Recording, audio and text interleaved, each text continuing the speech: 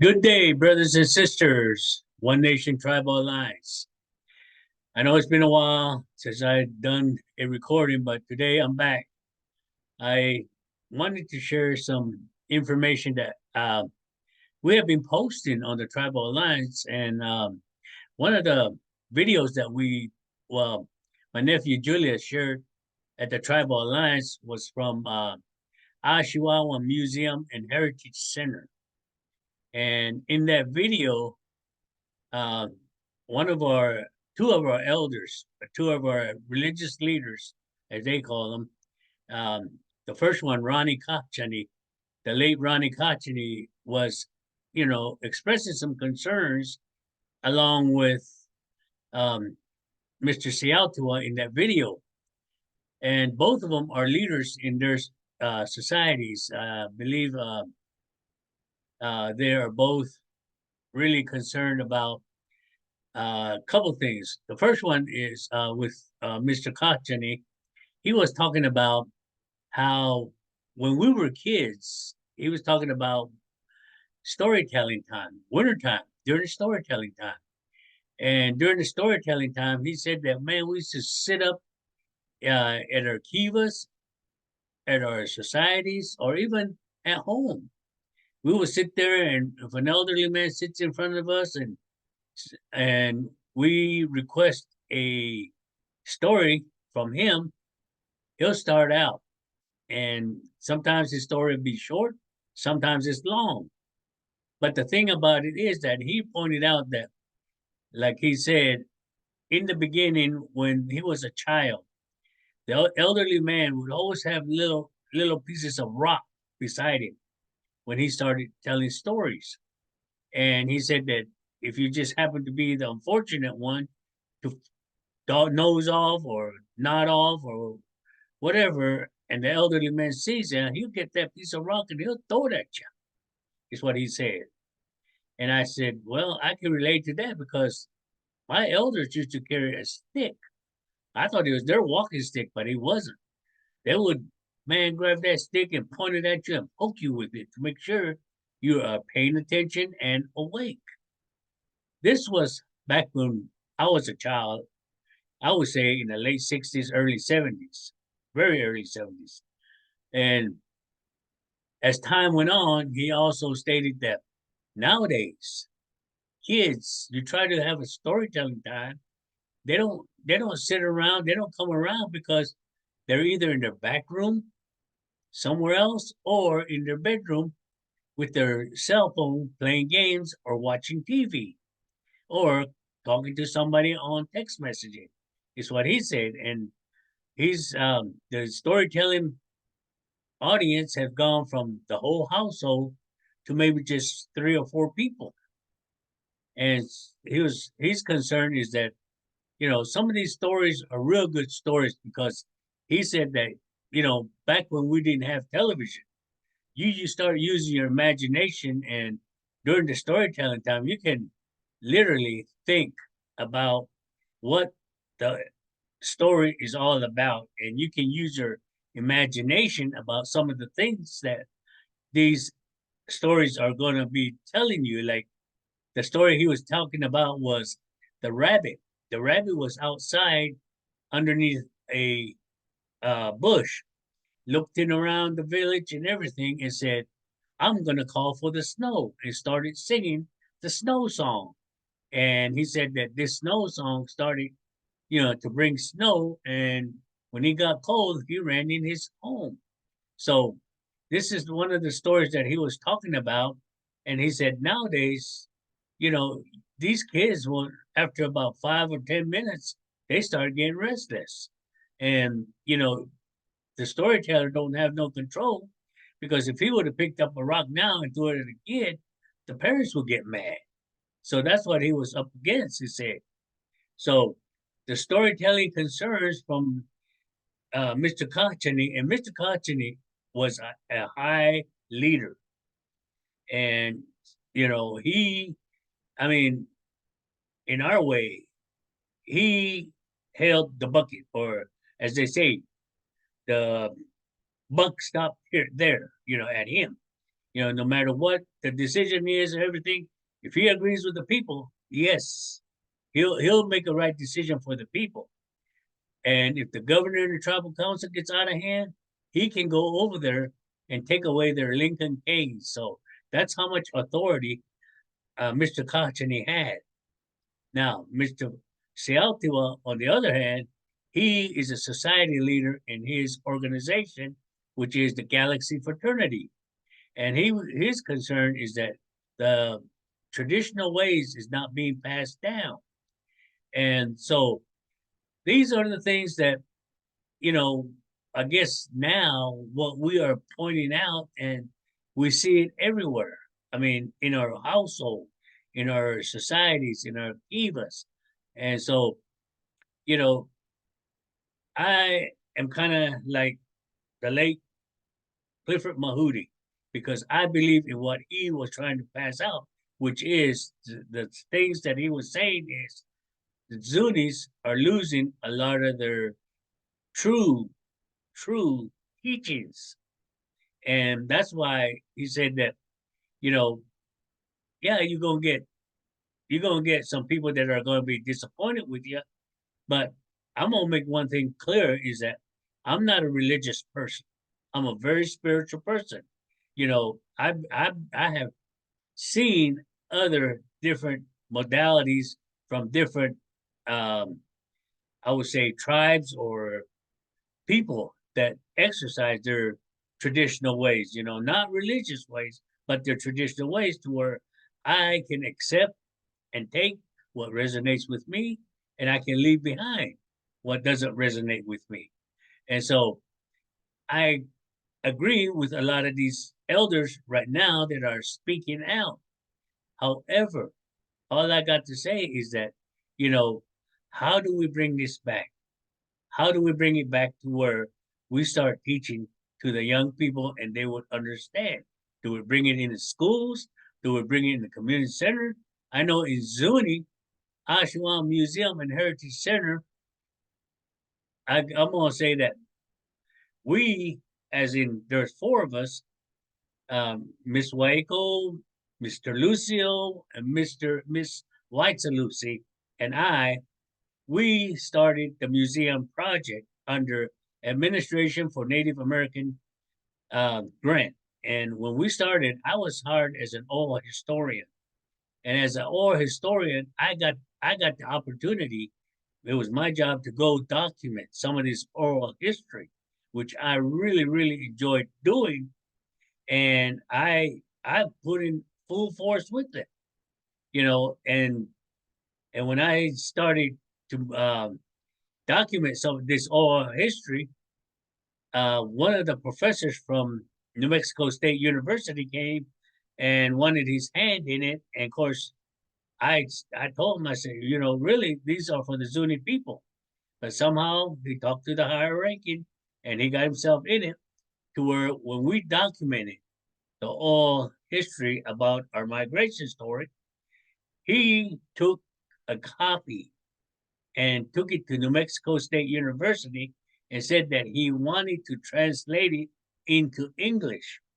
And I'm the only one that said, why? Because, why does other people need to know about our migration story?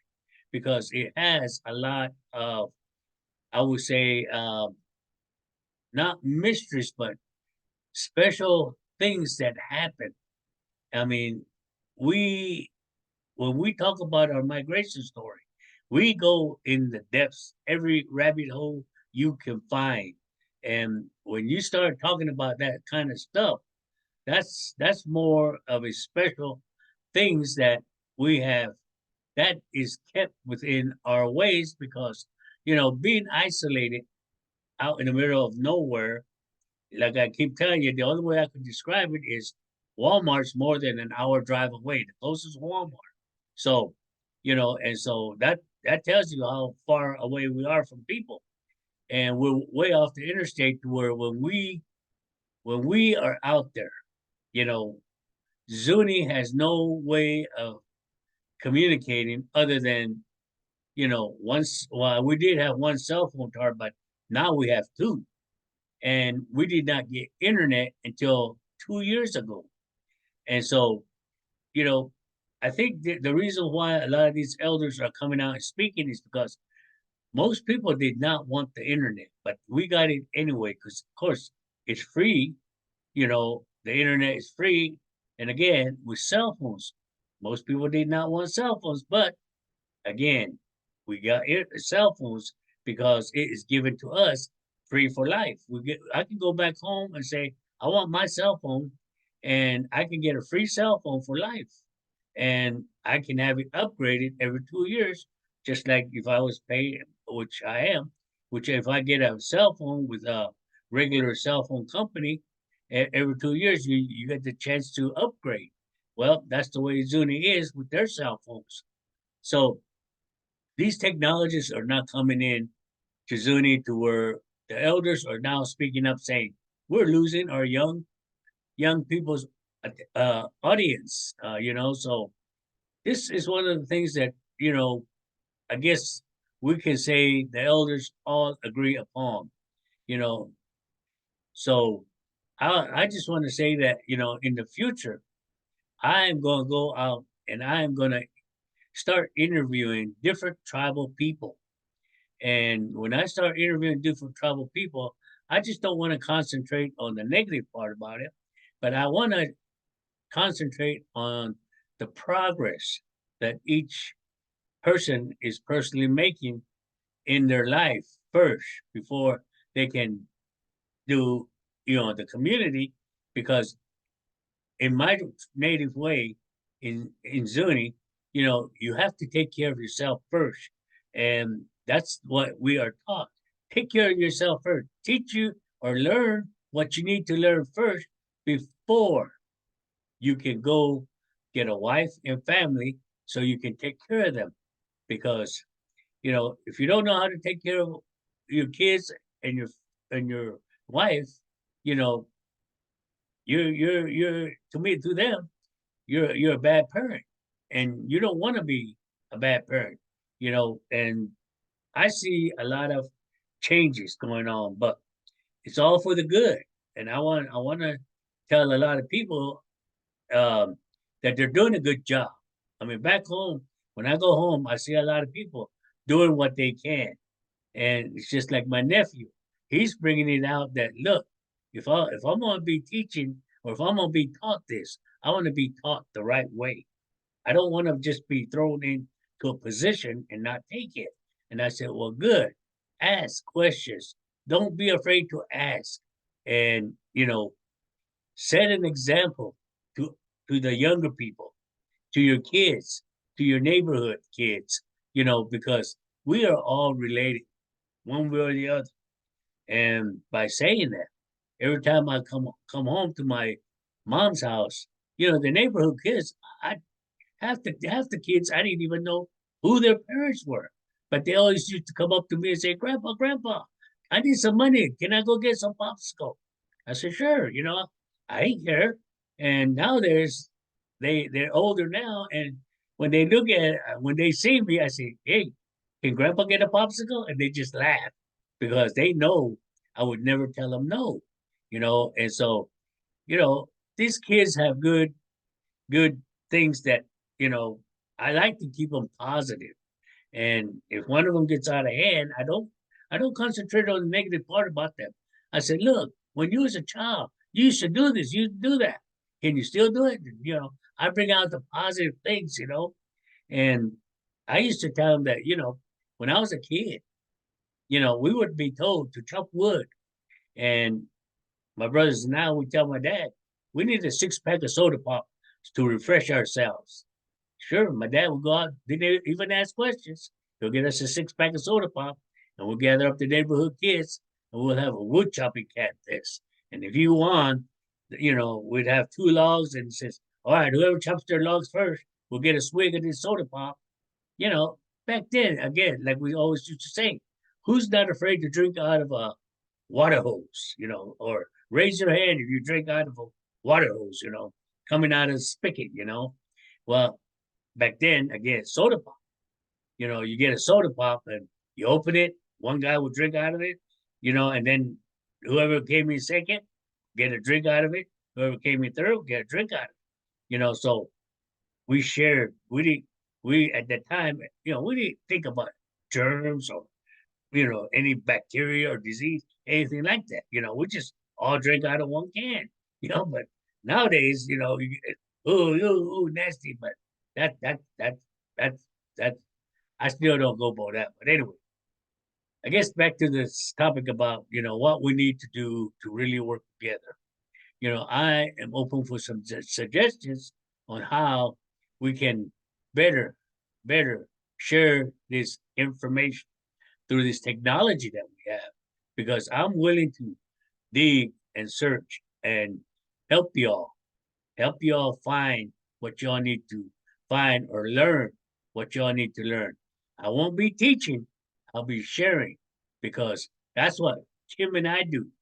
Kim and I, we share our knowledge, and the reason why I took the word teach out is because we are in agreement that we will share our knowledge. And if it resonates with you, take it. If it doesn't, put it on the shelf, because, you know, we all have our ways of learning. We all have our ways of understanding what we are trying to learn. And there are so many different ways. But, we're not saying we're 100% correct, but we know what we share works for us. That doesn't mean it's going to work for you, but if it works with you, take it. So, you know, we're talking about basically having our retreat come March 15th. And when we get up there, we want to be able to share our knowledge. We want to be able to share what we can about what we are sharing in our module classes, what we share about how our I guess in my way, the Zuni way is that how we do things to celebrate. That's why the naming ceremony, you know, and the cleansing protection, we want to be able to share that. You know, again, if it resonates with you, fine. If it doesn't, that's good. I mean, I'm not going to be offended if, but if it doesn't resonate with you, or if you have a question, don't be afraid to ask a question. Why this? Why that? Because I would take time to answer your questions about, like, why do we use sage, or why do we use sweetgrass? Why in the sweat lodge? Why do you have this amount of rocks? Why do we have come in this way? What do questions like that? You know, don't be afraid to ask, because that's what we will be there for, to share our knowledge, because we all want to learn how to survive. And when, it doesn't matter if it's, about chakras, about the medicine wheel, or about, the medicine wheel that's outside of the place that we're going to have it, or, the drums. Why do we have to drum it this way? Why do we have to hit this certain amount of beat? Or why with the rattlers? What does the drum represent? What does the rattler represent? What about your stomping? What about the song? What are you saying in the song? You have a question about that, because, part of the teachings that I do is that we will, when I get to the modalities part, I only share what my modalities are. And you will have to create your own modalities. And so that's what I mean. How I do it, if it resonates with you, fine. If it doesn't, create your own. Because it's like, you know, Doriel wrote about the Emerald Tablets. You may read it the first time and it sounds magnificent. Reading it, it looks so mysterious. It sounds exciting and to you, but if you read it 100 times, the spirit of that words will come on you, to where you're gonna say, "Wow, it really means this." Wow, really. And to this day, I have been, watching, reading about the Emerald Tablets, and every time I do it, I get something out of it. It may be a little one or maybe a big one, but I will have an aha moment. And so this this coming, get together that we're having, we want for everybody to come enjoy being out there, being with, like-minded people who wants to learn, who wants to share, who wants to, just be there to really get out of the get it out of your system. If you want to dance till your heart out, do it. If you want to drum to your heart out, do it. If you got a special performance you want to do, share it with us, because we're not going to say we're going to run the whole. No, no, we'll be willing to allow anybody come out and share their knowledge with us along with us. So this is what I have to say, and I know this is probably out of the ordinary of one of my things, but I just wanted to bring this out, get it out of my system, because this is going to be the new me coming out saying, let's share our knowledge and our information, and let's get back to where we need to be. And if you're awakened, let's work on being awakening, because you're awakened, it's only the beginning. You have to continue to be awakened, because when you are awakened, believe me, they will come after you. And the higher you go, the more information or knowledge you gain, the harder they're going to come, because, we are the rainbow warriors, as they say, to take care of Mother Earth, to use our light, our energy, to learn how to use our emotion, our energy and vibration to connect, connect with who we are and what we can do. Because I go, off and give you all kinds of examples of where I learned all this, but I won't. I won't. I'm just going to keep it to it to say, again, we have the Native Alchemy and the chakra, and those two combined really corresponds with each other on what we are trying to share, which is how to raise your vibration, because we all need to raise our vibration, because we all need to be aware of survival, because we are here, you know, by choice, we are here. So let's make the best of it. Let's take care of Mother Earth. Let's connect. Let's all have a great life together and just enjoy ourselves. So that's all I got to say. And again, if y'all have any questions, feel free to get a hold of me. And you know, my next short podcast is going to be more about the event that's coming up, because it's time is getting close. And again, we have some activities if you want to participate, like if you're healing, sweat lodge, naming ceremony, and whatever other things that we may have, but there's only certain amount of slots, because again, that's only a time what time allows us, you know, and we have certain amount of slots for those. So if you want to participate in that, you got to make sure that um, you sign up for it. You make an appointment with it, because we don't want anybody to be left out. So let's all think about. And if you are coming again, you know, I will get the information out next my next podcast. So because I'm getting things ready for it, and we will go from there. Okay. So y'all have a wonderful evening. I love y'all, and I would love to see y'all in Nashville. So, just come on out. Gonna be fun, and we're gonna enjoy our time out there. So, y'all have a great evening. I love you.